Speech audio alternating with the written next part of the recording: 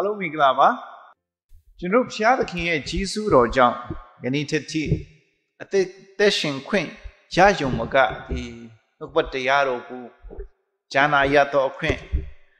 ဘုရားသခင်အားချီးမွမ်းပြီးဝတ်ပြုနိုင်သောအခွင့်ကိုရရှိပါတယ်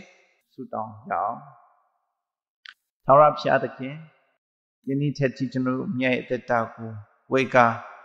ပြီးလမ်းပြပို့ဆောင်ကောင်းချီးပြီးသောကြောင့်နာမတော်ကိုချီးမွမ်းပါတယ်။ဟာဖျားသခင်ရဲ့ကျေးဇူးတော်ဂရုဏာတော်တနာခြင်းကြောင့်ကျွန်တော်ပါစတာဦးလည်းကောင်းမွန်စွာခွေးစစ်ကိုတာခြင်းပြုလုပ်နိုင်သောကြောင့်လည်းကျေးဇူးတင်ပါတယ်။ဟာဖျားသူရဲ့တက်တာကိုဆက်လက်ပြီးပြုစုတော်မူလျက်ဟာဖျားသခင်ပဂတိအတိုင်းကျမ်းမာနိုင်သောအခွင့်ကိုပြီးတော်မူပါ။သားစာယူထားသောအရာရဲ့အဖြေကိုရသည့်အခါမှာလဲကြီးစုတော်ကိုတဖန်ပြန်လဲချီးမွမ်းနိုင်ကြဖို့ကောင်းချီးပြီးတော်မူပါစီယုံကနေကျမ်းမာစွာဒီနေရာသူပြန်လဲပြီးတော့မှရောက်ရှိနိုင်ပြီးအမှုတော်ထဲ၌ဒါ၍ပါဝင်နိုင်ဖို့သူ့အသက်တာကိုကောင်းချီးပြီးတော်မူပါအဖဖျားသခင်ကျွန်တော်အသင်းတော်နေရာအသီးသီး၌ရှိသောအသင်းသူတင်းသားများအတွက်လည်းဖဖျားဆုတောင်းပါလေမိမိရှိတဲ့နေရာ၌ဖဖျားရဲ့ကောင်းမြတ်ခြင်းကိုခံစားနိုင်ဖို့ဖဖျားသခင်ရဲ့အတူပါရှိခြင်းလမ်းပြခြင်းကိုခံစားနိုင်ဖို့ဖဖျားကောင်းချီးပေးပါဖဖျားသခင်အခုချိန်ဒီလောကကြီးကိုချစ်တော်မူလျက်သားတော်ကိုစွန့်နေဖို့အတွက်လောကသို့စီးထွတ်သောအချိန်ခါသမယဖြစ်ပါ၏ဖဖျားသခင်ဒီခရစ်မတ်ကိုကျွန်တော်ဆင်နွှဲကြတဲ့အခါမှာတင်းသူတင်းသားအသင်းတော်နေရာအသီးသီး၌ရှိသောကျွန်တော်ရဲ့အစီအစဉ်တစ်ခုအစီတိုင်းကိုလည်းကောင်းချီးပြီးတော်မူပါဘုံတော်ထင်ရှားဖို့အလုံးငှာဖဖျားကောင်းချီးပြီးတော်မူပါယနေ့တူတကွခံယူရမည်နှုတ်ကပတ်တော်ကိုလည်းဖဖျားကောင်းချီးပြီးတော်မူပါအရောက်စီတိုင်းအတွက်အသစ်တော်ခွန်အားဖြစ်စီတော်မူလျက်မှုတော်ဆောင်တဲ့အခါနေတိုင်းအသက်ရှင်တဲ့အခါကျွန်ုပ်ကိုပံ့ပိုးပြီးအားပြီးသောတရင်ကောင်းဖြစ်စီတော်မူပါအချိန်တိုင်းနဲ့အသက်တာလက်ထဲသို့အနှံတဲ့ဂျေဇုတော်အပေါင်းကိုချီးမွမ်းရင်ခရစ်တော်၏နာမကိုမြှစ်ပြီးဆုတောင်းကြပါ၏ဖခင်သခင်အာမင်ယနေ့ကျွန်တော်တို့ရဲ့ဒီဒေသနာဟာဆိုလို့ရှိရင်ထူသူဒီကကြီးမြတ်သောသူဖြစ်လိမ့်မယ်ဆိုတဲ့ကောင်းကင်တမန်ရဲ့ပြောကြားချက်ဖြစ်ပါတယ် He will be great He will be great ထူသူဒီကြီးမြတ်သောသူဖြစ်လိမ့်မယ်ရှင်လုကာခန်းကြီးချက်အငယ်32ထဲမှာရှိပါတယ်ဒီနေ့ကျွန်တော်ကြမ်းချက်အနေနဲ့ဆိုလို့ရှင်လုကာခန်းကြီးချက်အငယ်26ကနေပြီးတော့မှ38ကြားမှာရှိတဲ့တရားကြည်တနာကိုကျွန်တော်အတူတကွခံယူကြမှာဖြစ်ပါတယ်ကျွန်တော် Christmas memory ကိုပြန်စဉ်းစားရအောင် Christmas memory ခင်ဗျာ Christmas မှာဘေးအရာတွေကိုအောက်မေ့တရိယာလဲနော်ဘေးအရာတွေကိုအောက်မေ့တရိယာလဲ Christmas မှာကျွန်တော်အများအပြစ်အောက်မေ့တရိယာတာပါလေဆိုလို့ရှိရင်လက်ဆောင်တွေမနေ့ကကျွန်တော်သမီးနှစ်ယောက်ဆိုလို့ရှိရင်သူတငယ်ချင်းကလာခေါ်ပြီးတော့မှ Christmas လက်ဆောင်သူတို့ပြီးကြတဲ့နေရာမှာသွားတယ်သူတို့တော်တော်လေးပြောတယ်ဟော Christmas လက်ဆောင်တွေပြီးတော့မှ Christmas ပါဆိုလို့ရှင်ပျော်ကြတယ်ကျွန်တော်ကစားကြတယ်ဟုတ်တယ်မလားနော်အမျိုးမျိုးတော့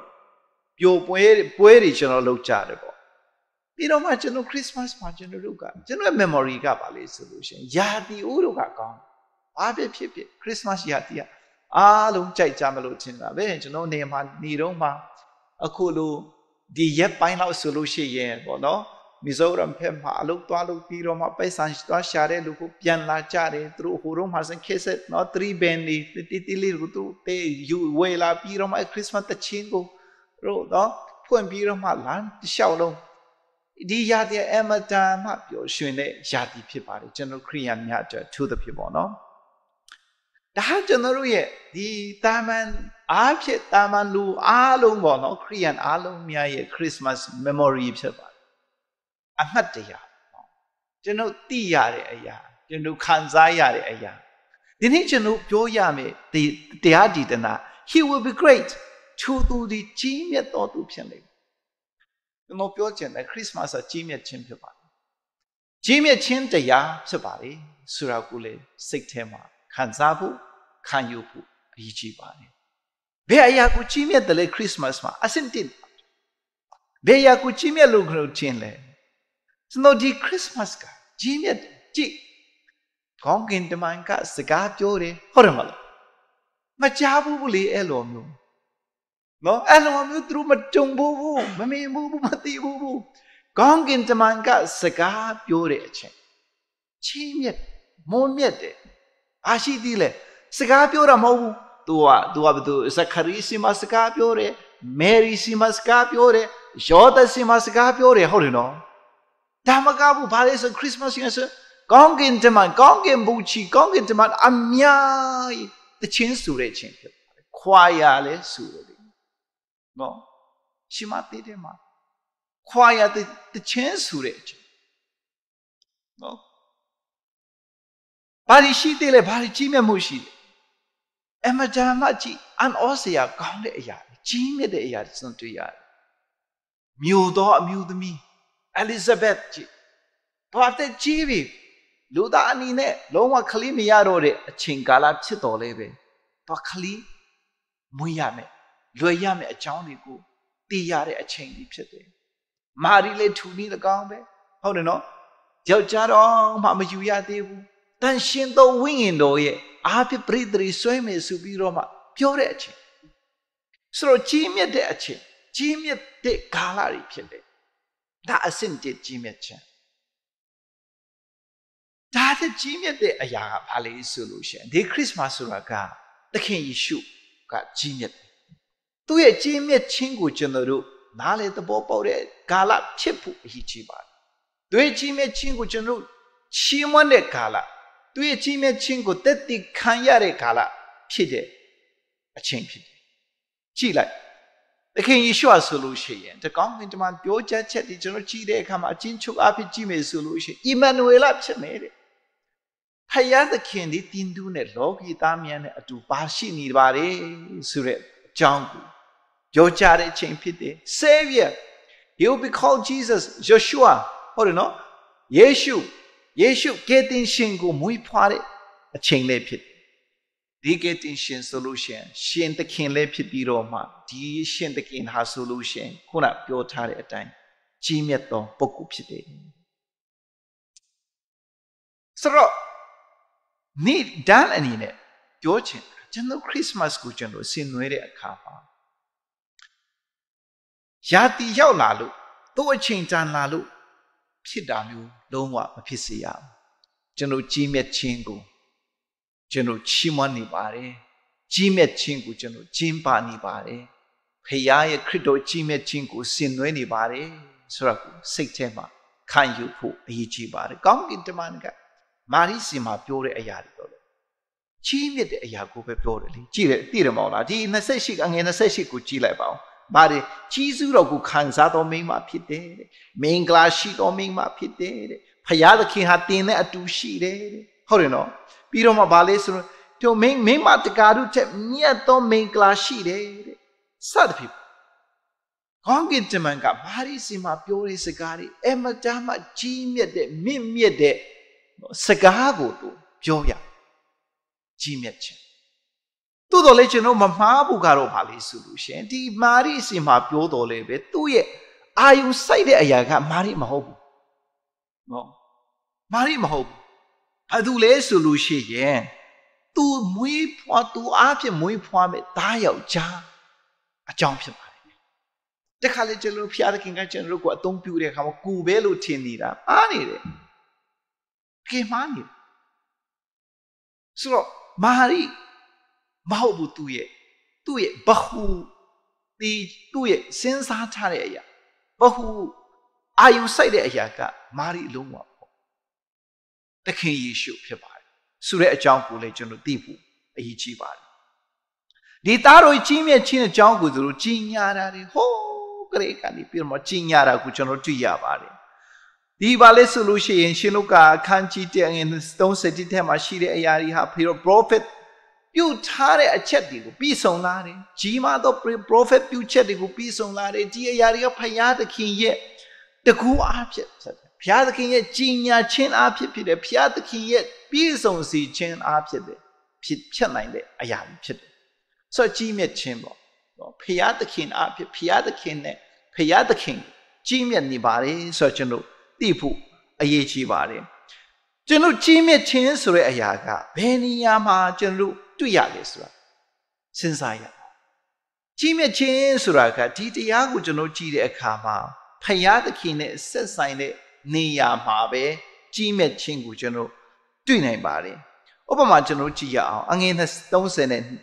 နှစ်ထဲမှာထူသူဒီကကြီးမြတ်တော်သူဖြစ်လိမ့်မယ်အမင်းဆုံးသောဖယားသခင်ရဲ့သားတော်ဟုခေါ်ဝေါ်တတ်မှုခြင်းကိုခံရလိမ့်မယ်အမင်းဆုံးသောဖယားသခင်သားတော်ဟုခေါ်ဝေါ်တတ်မှုခြင်းခံရလိမ့်မယ်ဟုတ်တယ်နော်ဖယားသခင်ရဲ့အမင်းဆုံးတော်သူဖြစ်သည်အမင်းဆုံးသောဖယားဆိုတဲ့စကားလုံးဟာအဲ့အချိန်တုန်းမှာကောင်းကင်တမန်ကကောက်လိုက်ပြီးတော့မှပြောလိုက်တဲ့စကားမဟုတ်ပါဘူးဟောကဘာဦးချမ်းကလေးကနေ prophet ယေဘရဟိလည်းဖြစ်တယ်ရှင်ဘရင်လည်းဖြစ်ပြီးတော့မှနော်ဒီမေကီဇာဒက်ဆိုတဲ့ပုဂ္ဂိုလ်ကဒီအာဗြဟံစီမှာခေါင်းကြီးပြီးသွားပြီးတဲ့အခါမှာပြောလိုက်တဲ့စကားဖြစ်ပါတယ်ဥပမာကျွန်တော်ဒီကဘာဦးချမ်းအခန်းကြီး7လေးငယ်7ကိုကျွန်တော်ကြည့်အောင်20ထိကောင်းကင်မြေကြီးရှင်အမစ်ဆုံးသောဖယားသခင်လို့မေကီဇာဒက်ကဖယားကိုခေါ်ခဲ့ပါတယ်ဆိုတော့ဒီသားတော်မြင့်မြတ်တဲ့သားတော်ဟာဆိုလို့ရှိရင်ကောင်းကင်မြေကြီးအရှင်အမစ်ဆုံးသောဖယားသခင်ရဲ့သားတော်ဖြစ်တယ်ဆိုတဲ့အရာကဟိုးကလေးရှေ့မစွားကလေးကဘာမတီခင်ကလေးကနေဖယားသခင်ရဲ့ဂုဏ်တော်ဖြစ်ပါတယ်ဆိုတော့ဒီကြီးမြတ်ခြင်းဆိုတဲ့အရာဖယားသခင်နဲ့သူဆက်နေပါတယ်เนาะသခင်ယေရှုဆိုတဲ့ကျွန်တော်မွေးနေ့ရှင်ခရစ်စမတ်မွေးနေ့ရှင်သခင်ယေရှုဟာဆိုလို့ဖယားသခင်နဲ့ဆက်နေတယ်သူ့ရဲ့ဆက်ဖယားနဲ့အမြင့်ဆုံးသောဖယားသခင်နဲ့ဆက်ခြင်းအဖြစ်မြင့်မြတ်ခြင်းကြီးမြတ်ခြင်းဆိုတဲ့သဘောကိုသူရှိလာတာဖြစ်ပါတယ်ပြီးတော့မှဘာနဲ့ဆက်မှုရှိလေဆိုလို့ရှင်ဒီသူရဲ့နှုတ်ကပတ်တော်နဲ့ဆက်မှုနေတာရှိဖယားဆိုတာသူထိုင်ပြီးတော့မှနေနေတဲ့ဖယားမဟုတ်ဘူးအမဲစကားပြောတဲ့ဖယားဖြစ်ပါတယ်သူစကားပြောတဲ့အတိုင်းကိုတီးတဲ့ဖယားဖြစ်ပါတယ်ပြီးဆုံးစီသောဖယားလည်းဖြစ်ပါတယ်ဆိုတော့ဒီမြင့်မြတ်ခြင်းဆိုတာကိုသူ့ရဲ့တရားတော်နဲ့ဆက်ခြင်းအဖြစ်လည်းဖြစ်တယ်သူကစကားတော်နဲ့ဆက်ခြင်းရှိမှသာမြင့်မြတ်ခြင်းကြီးမြတ်ခြင်းဆိုတာကျွန်တော်ရှိလို့ရတယ်သခင်ယေရှုအတွက်လည်းဒီဟာပဲဖြစ်ပါတယ်နှုတ်ကပတ်တော်အတိုင်းပြောထားခဲ့တဲ့အတိုင်းသူကဖြစ်လာတဲ့အတွက်ကြောင့်မြင့်မြတ်တာဖြစ်ပါတယ်ဆိုတာကိုလည်းကျွန်တော်နားလည်ဖို့အရေးကြီးတယ်စာလံ1အငယ်9ထဲမှာဒီလိုပြောပါတယ်ထာဝရဘုရားကတင်းသည်ငါသားဖြစ်၏တဲ့ယနေ့ပင်တင့်ကိုငါဖွားစီပြီအဲ့ဒါသခင်ယေရှုကိုပြောတယ်စာလံ1ထဲမှာဖယားသခင်ထာဝရဘုရားကတင်းသည်ငါသားဖြစ်တယ်ယနေ့ပင်တင့်ကိုငါဖွားစီပြီယနေ့ပင်တင့်ကိုငါဖွားစီခရစ်စမတ်နေ့သခင်ယေရှုဖွားတဲ့နေ့ရက်ဖြစ်ပါတယ်သခင်ယေရှုမွေးဖွားတဲ့နေ့ရက်ဖြစ်ပါတယ်ဒါဆိုလို့ရှိရင်ဖယားသခင်ကဖြစ်စီတဲ့အရာသူရဲ့နှုတ်ကပတ်စာလံအခန်းကြီးနဲ့နှုတ်ကပတ်တော်ထဲမှာရှိထားတဲ့အတိုင်းမာသဲထဲမှာခရစ်ဝင်ကျမ်းထဲမှာကျွန်တော်တွေ့တဲ့အတိုင်းယေရှုခရစ်ကဖွားမြင်လာတာကိုကျွန်တော်တွေ့ရပါတယ်ပြောချင်တာကြီးမြတ်ခြင်းဆိုတာမြင့်မြတ်ခြင်းဆိုတာနှုတ်ကပတ်တော်နဲ့ဆက်ခြင်းနဲ့ရှိလာဖြစ်လာတဲ့သဘောဖြစ်ပါတယ်ဆိုတာကိုကျွန်တော်သိဖို့အရေးကြီးပါတယ်ဒီထဲမှာကျွန်တော်ကြည့်ရအောင်ဒီ32ထဲမှာကြည့်နော်သူသားဒီကြီးမြတ်သောသူဖြစ်လိမ့်မယ်အမစ်ဆုံးသောဘုရားသခင်သားတော်တတ်မှုချင်းခံရလိမ့်မယ်သူ့အဘဒါဝိဒ်ရဲ့ယာစပလင်ကိုထာဝရအရှင်ဘုရားသခင်သည်သူ့အားပြီးတော်မူမယ်ဒီအကြောင်းကိုဆက်လက်ပြီးတော့မှစဉ်းစားရကြီးမြတ်ခြင်းဆိုတာကရာဇပလင်နဲ့ဆိုင်ရာဇပလင်ဆိုတာဘာလဲအုပ်ချုပ်ခြင်းနော်အခွင့်အာဏာရှိခြင်းတရားစီရင်ပိုင်ခွင့်ရှိခြင်းအုပ်ချုပ်ပိုင်ခွင့်ရှိခြင်းစသဖြင့်ပေါ့နော်စီရင်ပိုင်ခွင့်ရှိခြင်း အဲ့ဒါမှကြီးမြတ်ခြင်းရဲ့အနှစ်သာရကိုကျွန်တော်တွေ့ရပါတယ်ဆိုတော့ဒီပုဂ္ဂိုလ်မွေးဖွားမဲ့ယေရှုခရစ်ကယ်တင်ရှင်ဟာဆိုလို့ရှိရင်အဘဒါဝိရဲ့ဟုတ်တယ်နော်အဘဒါဝိရဲ့မရာဇပလင်ယာဇပလင်ကိုထာဝရဘုရားသခင်သည်သူ့အားပေးမယ်ဘယင်ဖြစ်ခြင်းရဲ့ကြီးမြတ်ခြင်းကကျွန်တော်နားလေပူလေအရေးကြီးပါတယ်နော်ရှင်ဘယင်ဆိုတာလူတိုင်းဟာဆိုလို့ရှင်ရှင်ဘယင်ဖြစ်လာမှာပေါ့ဟုတ်တယ်နော်လူတိုင်းရှင်ဘယင်ဖြစ်လာမှာပေါ့ရှင်ဘယင်ဖြစ်ရင်လေ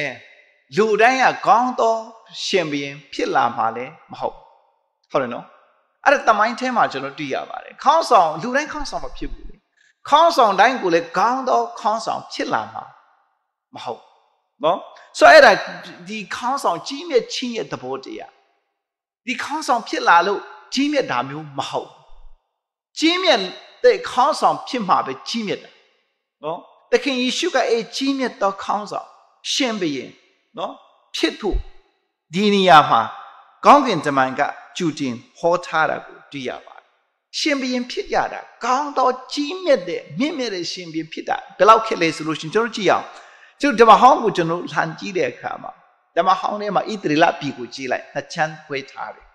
မြောက်ပိုင်းရဲ့တောင်ပိုင်းရှိတယ်ဟုတ်တယ်နော်မြောက်ပိုင်းနိုင်ငံမှာရှင်ဘုရင်ဘယ်နှယောက်ရှိလဲ19ယောက်ရှိဟုတ်တယ်နော်တောင်ပိုင်းနိုင်ငံမှာဘယ်နှယောက်ရှိလဲရှင်ဘုရင်အယောက်20လောက်ရှိရှောလုဒါဝိဆလမွန်မပါဘဲနဲ့ပေါ့သူတို့ကတော့မြှုပ်ရဲ့တောင်ရဲ့မရှိဘဲနဲ့ဟုတ်တယ်မလားနော်ကြည့်လိုက်မြောက်ပိုင်းမှာ19တောင်ပိုင်းမှာ20အဲ့ဒီမှာရှင်ဘုရင်ကောင်းတာဘယ်နှယောက်တွေ့လဲကျွန်တော်တင်နေ3ယောက်ဒါဝိရင်ဟုတ်တယ်နော်ပြီးတော့မှဂျိုဆိုင်ယာရင်ပြီးတော့မှဘယ်သူလဲ1ယောက်ကနော်3ယောက်လောက်ပဲရှိရှင်ဘုရင်ကောင်းဖို့ကကောင်းတော့ရှင်ဘုရင်ဖြစ်ဖို့ကအရေးကြီးဘာလဲဆိုလို့ရှင်ဘုရင်ဆိုတာကဗုဒ္ဓဘာသာမှာတော့သူတို့ရှိပါတယ်ပေါ့နော်ဗုဒ္ဓမြတ်စွာဘုရားပြောထားတဲ့အရာပေါ့နော်ဒီမင်းစရိုက်ရှိတယ်စနုခရိယံမှာလည်းမင်းစရိုက်နဲ့ပြီးဆုံးဖို့လိုပါတယ်မင်းစရိုက်နဲ့ပြီးဆုံးမှသာကောင်းသောမင်းတွေရှင်ဘုရင်တွေဖြစ်လာတာကျွန်တော်ရှင်ဘုရင်များရဲ့သူတို့ရဲ့ဘာလဲဆိုစံနှုန်းစံထားတွေကျန်ရင်လက္ခဏာတွေကိုကြည့်တဲ့အခါမှာအချင်းချုပ်နဲ့ကြည့်ရင်ဆိုရင်တော့နှိမ့်ချရတယ်စက်ကရတယ်သစ္စာရှိရတယ်ဟုတ်တယ်နော်သွားဆိုလို့ရှင်ဖြောင်းမိုက်ဆိုစင်ရတယ်တာဝန်ကိုကြည်ရမယ်စသဖြင့်ပေါ့မင်းစရိုက်ရှိဒီဟာတွေကိုကပြောတာကတော့လွယ်တယ်လက်တွေ့အကောင်ထဲပေါ်ဖို့ကအရန်ခက်တယ်သို့တော်လဲမြင့်မြတ်သောသူရှင်ဘုရင်ဖြစ်မဲ့ဒါဝိရဲ့ယာဇပလင်ကိုထဲပေါ်မှာထိုင်ပြီးတော့မစီရင်မဲ့ခရစ်တော်ကဒီမင်းစရိုက်များမင်းရဲ့ရှင်ဘုရင်ဂျန်အင်လက္ခဏာများကိုပြည့်စုံစေမှာဖြစ်ပါတယ်ဒါဝိရဲ့ယာဇပလင်ဟာဆိုလို့ရှိရင်ဒီထဲမှာသူကိုယ်တိုင်ကသခင်ယေရှုကိုယ်တိုင်ပြည့်စုံစေမဲ့အကြောင်းကိုသူပြောချပါတယ်ကျွန်တော်ဒီခရစ်စမတ်ကျမ်းတစ်ခုထပ်ဖတ်ရအောင်ဟေရှာယခန်းကြီးကိုအငယ်9ထဲမှာသခင်ယေရှုကတကယ်ဒါဝိမင်းရဲ့ယာဇပလင်ကိုသူကဒီမှကသူအုပ်စုပြီးတော့မှဒီစီရင်မဲ့အကြောင်းကိုသူပြောပါတယ်ဟေရှာယခန်းကြီးကိုအငယ်6ကကျွန်တော်တိုက်တဲ့ကျမ်းချက်ကျွန်တော်9ကိုကျွန်တော်ဖတ်မယ်နော်9ထဲမှာဒါဝိမင်းနဲ့ယာဇပလင်ပေါ်မှာထိုင်၍နာမတော်ကအောပွဲတိုင်ပင်ဖြစ်တကူတို့ဘုရားသခင်ဟုတ်တယ်နော်ထာဝရအဖငြိမ်သက်ခြင်းအရှင်ကိုတတ်မုံမဲတဲ့အဲ့ကနေပြီးတော့မှအငယ်9ထဲမှာကျွန်တော်သွားတာသူပုဂ္ဂိုလ်သခင်ယေရှုဟာဆိုလို့ရှိရင်ဒါဝိမင်းနဲ့ယာဇပလင်ပေါ်မှာထိုင်နိုင်ငံတော်ကိုနံပါတ်1ကြည့်ဒီလူကဒီလောက်မြင့်မြတ်သောဘုရင်ဖြစ်လေဆိုလို့ရှင်သူ့ရဲ့လက္ခဏာတွေသူပေါ်ထားပြီးပြီ။ဗာလေ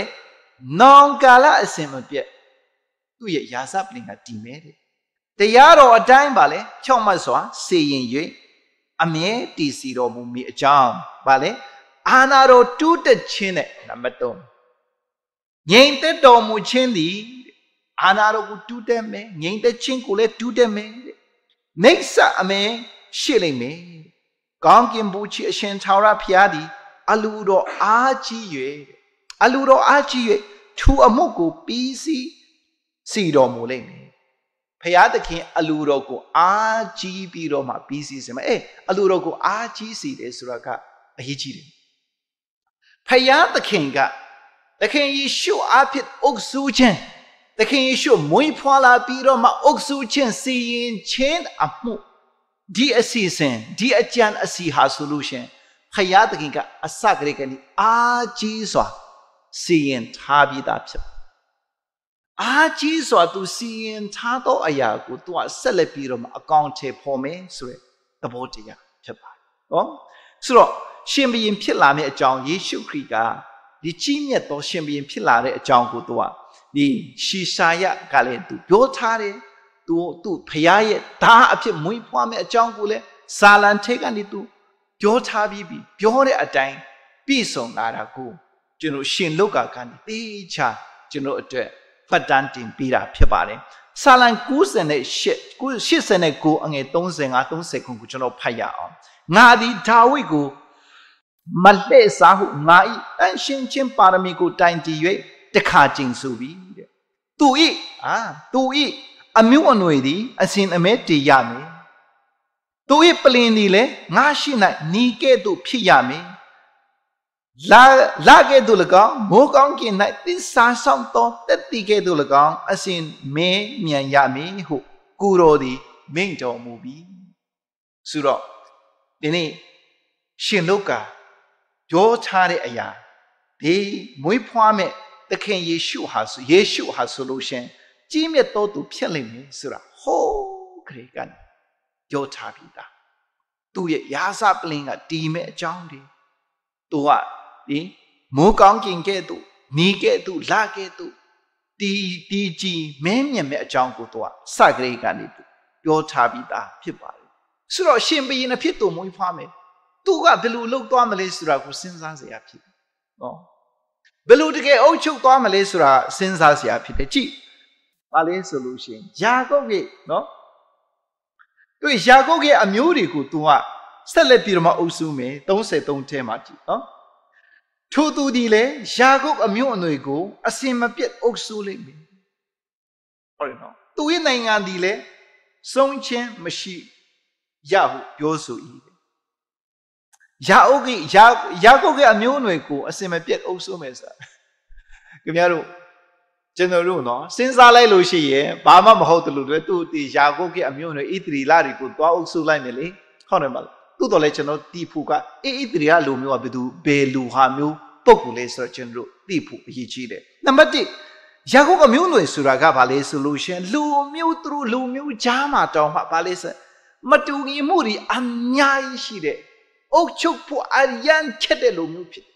ကျွန်တော်ကြည့်အောင်တလောက်လူမျိုးတရားယောက်ျားတယောက်ရဲ့သားတွေပဲ12ယောက်ဟုတ်တယ်နော်ယာကုပ်အမျိုး12ယောက်ရှိ12ယောက်သူ့တော်လေဒီလူတွေကလုံးဝမတူအုတ်ချုပ်ဖို့အရန်ခက်တယ်ကပ္ပဦးကျမ်းနဲ့ခန်းကြီး49ကိုကြည့်လိုက်အဲ့ထဲမှာယာကုပ်ကသူတီခါနေဖြစ်တယ်နော်တီတော့နဲ့အချိန်မှာသူ့ရဲ့သား12ယောက်ကိုခေါ်ပြီးတော့မှသူတို့အနာဂတ်ကိုသူကကြူတင်ဟောပြီးထားတာလုံးဝစရိုက်လည်းမတူဘူးကျင့်စဉ်လည်းမတူဘူးညွန်လင်းချက်လည်းမတူဘူးနော်သူရဲ့အခွင့်အရေးကိုလည်းမတူဘူးဟာတာချက်လည်းမတူဘူးအကြိုက်လည်းမတူဘူးအမရမခက်တဲ့လူမျိုးတွေဖြစ်တယ်နော်ဒီထဲမှာကြည့်ရအောင်49ကပ္ပဦးကျမ်းခန်းကြီး49အငယ်3ထဲမှာကြည့်လိုက်ရူဘင်ဒါကြီးဆုံးဘယ်လိုမျိုးလဲငါသားဦးငါအစွမ်းတတိငါခွန်အားနော်ဖြစ်တယ်အထွတ်အမြစ်ဘာသူ့တော်လဲရေကဲ့သို့ပွက်ထတော့သဘောရှိတယ်တဲ့သူ့ရဲ့သဘောဟုတ်တယ်နော်ဒါအကြီးဆုံးသဘောတရားဒီအငယ်9ကိုကျသွားရအောင်ရှေမုန်နဲ့လေးဝိဟာဆိုညီကိုများဖြစ်တယ်တဲ့အတ္တမအပူကိုကြံဒီအတိုင်းပြီးစီကြအတ္တမအမှုကိုသူတို့ပြုတတ်တယ်ညီကိုဟုတ်တယ်နော်နောက်တစ်ယောက်ကျွန်တော်ကြည့်အောင်အငယ်8ထဲမှာဘယ်သူရှိသေးလဲယူရဒီညီအကိုတို့ကိုချီးမွမ်းရတော့သူဖြစ်တယ်ဒီလိုကြတော့နည်းနည်းကောင်းလာတယ်ဟုတ်တယ်မဟုတ်လားနော်ပြီးတော့မှဘာကျွန်တော်အငယ်73မှာကျွန်တော်ကြည့်အောင်ဘယ်သူလဲ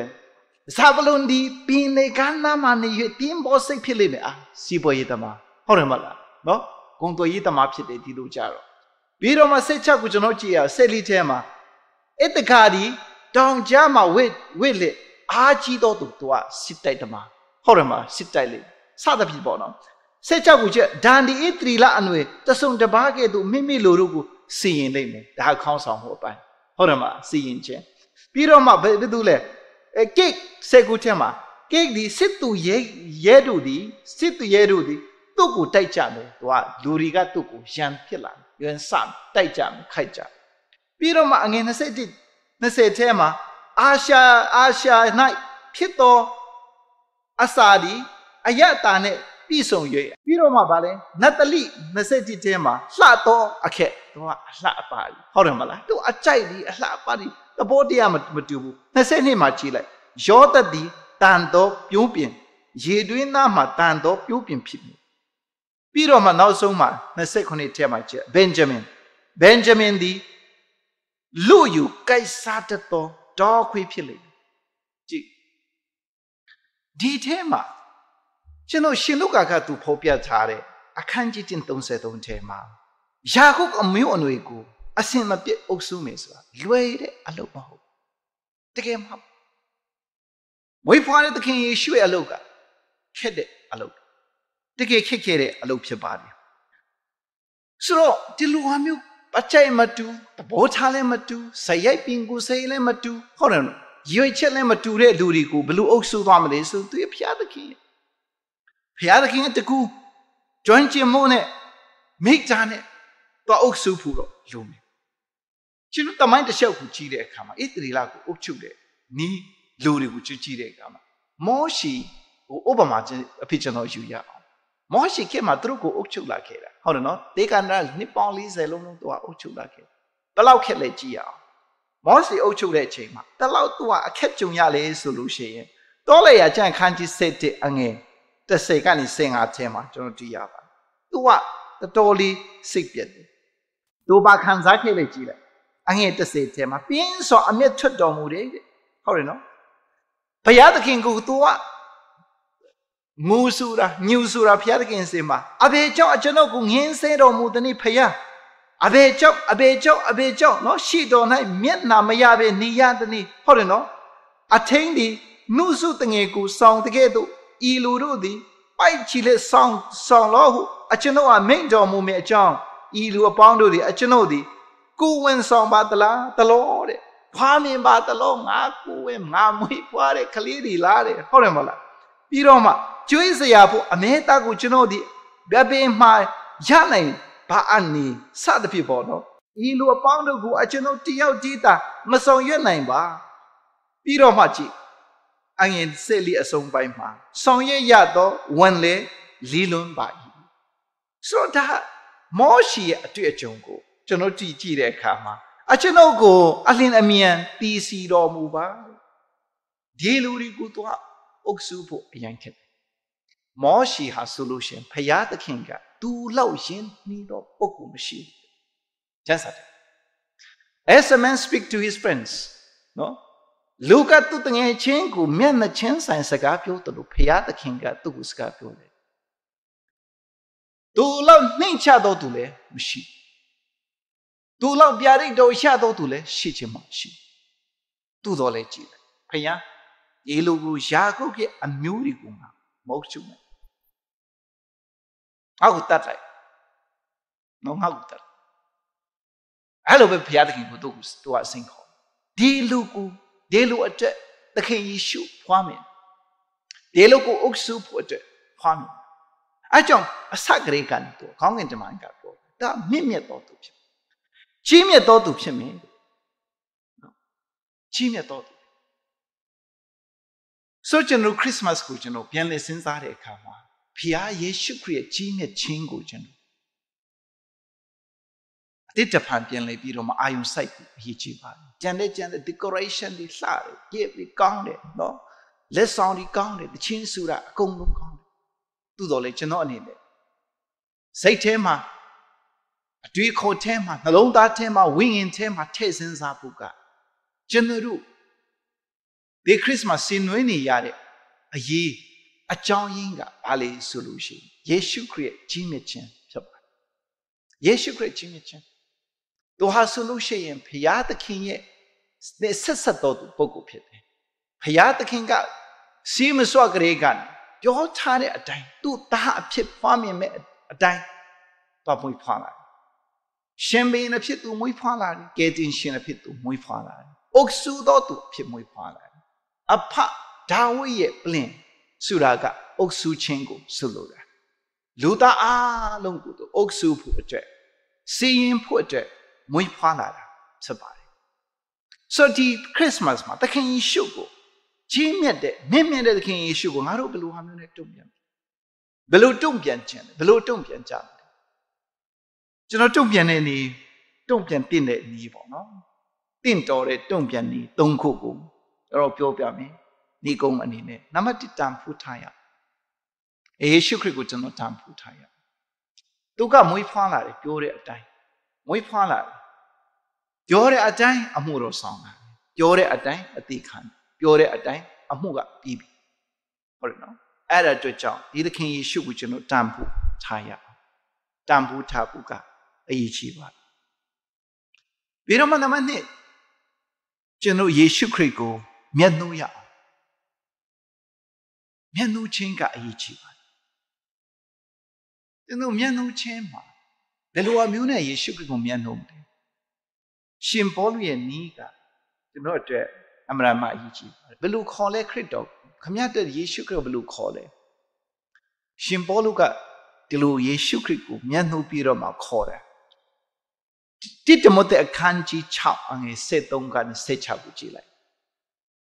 ရှင်ပေါလုကယေရှုခရစ်ကိုအလွန်တန်ဖိုးထားမျက်နှာပြီးတော့မှဒီလိုသူခေါ်တယ်ငါဤသခင်ယေရှုခရစ်ထင်ရှားပေါ်ထွန်းတော်မူသောတည်တိုင်အောင်တင်းသည်အငစ်အကြီးနဲ့ကင်းစင်၍အပြစ်တင်ခွင့်မရှိဘဲလျက်ပြည့်ညတ်တော်ကိုစောင့်ရှောက်မြတ်ကြောင်းအလုံးစုံတို့ကိုအသက်ရှင်စီတော်မူသောဘုရားသခင်ရှိမှ၎င်းပဏိပိလက်မင်းထံကောင်းသောဝန်ခံခြင်းဖြစ်၌တက်တိခံတော်မူသောဒီမှာကြည့်ယေရှုရှိမှ၎င်းငါဒီတင့်ကိုပြည့်ညတ်ထား၏သူယေရှုခရစ်ကိုဖော်ပြတဲ့အချက်တွေကြည့်ရအောင်မရဏနဲ့ကင်းလွတ်သောသူတစ်ပါးတည်ဖြစ်တော်မူထသောအဘေသူမြတ်မချင်းကပ်နိုင်သောအလင်းထဲ၌ယေရှုခရစ်ကဘေသူမြတ်မချင်းကပ်နိုင်သောအလင်းထဲ၌Revelation ထဲမှာဗျာဒိတ်ထဲမှာလည်းကျွန်တော်ညီမင်းကြီးတဲ့လင်းနေယေရှုခရစ်နော်ကျွန်တော်ဒီသခင်ယေရှုကိုတခါတည်းနော်သူ့ရဲ့ဂုဏ်တော်ပြည့်စုံနဲ့ကြွလာတယ်ဆိုလို့ရှိရင်အားလုံးတည်သွားမယ်ကျေးဇူးတော်မပါဘူးဆိုလို့ရှိရင်နေမင်းကြီးချက်သူလင်းနော်ရှင်ပေါလုကအဲ့လိုသူ့ကိုသခင်ယေရှုကိုသူမျက်နှာပြီးတော့မှဖော်ပြတယ်နေမင်းကြီးချက်နော်လင်းတယ်